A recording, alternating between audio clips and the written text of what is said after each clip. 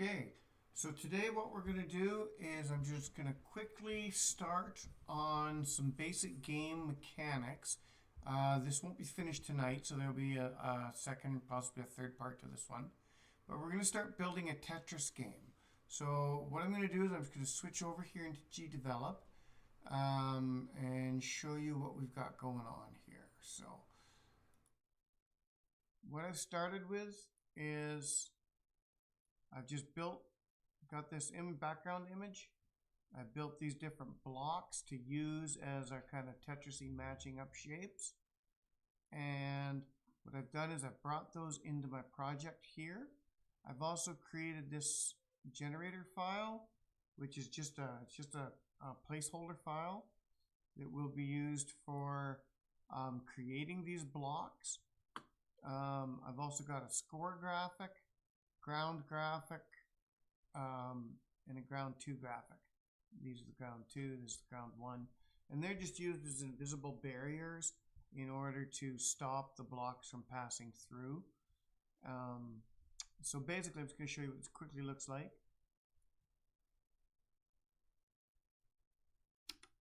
And then that's the layout. So then we come over here, and the first thing I've done is I've added an escape key press, and that quits the game. Then after that, there's no condition here, but what I've done is I've added new sprite, a permanent force, nothing on the X, but a 0.1 on the Y, so it comes down pretty slow. But I'm going to change that right now, and I'm going to change that to 0.2. Oh, 0.25, and it'll come down a little bit quicker.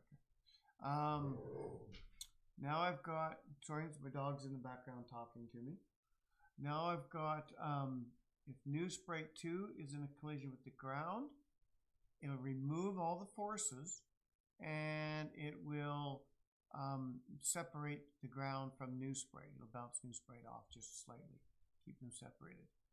If the left key is released, it's going to put a force in the left direction of minus 100. I'm going to change that out to minus 200. And in the right key, I'm going to change that out to 200. So minus is to the left, positive is to the right. Now what I'm going to do after that, what happens if the space is released? We're going to move, instead of 190, I'm going to change that to, or instead of 90, 180 degrees, because it's only per second. So I might find a way to change that. It's just changing it by 45 degrees period. So each time you hit the space bar, it turns 45. But for right now, I'm going to try this out. Slightly different variant of the idea. Hi there, little dog. My dog's in here. If the new sprite is in a collision with another new sprite, it's going to delete both the sprites. And then it can also add scoring to it as we go on. New sprite 2 is in a collision with the ground 2, then it's going to move them away, same as it did up here with the ground 1. I should probably have those in the same order. Just bring that down near the bottom. Bring that down to the bottom. No, I don't want it as a sub.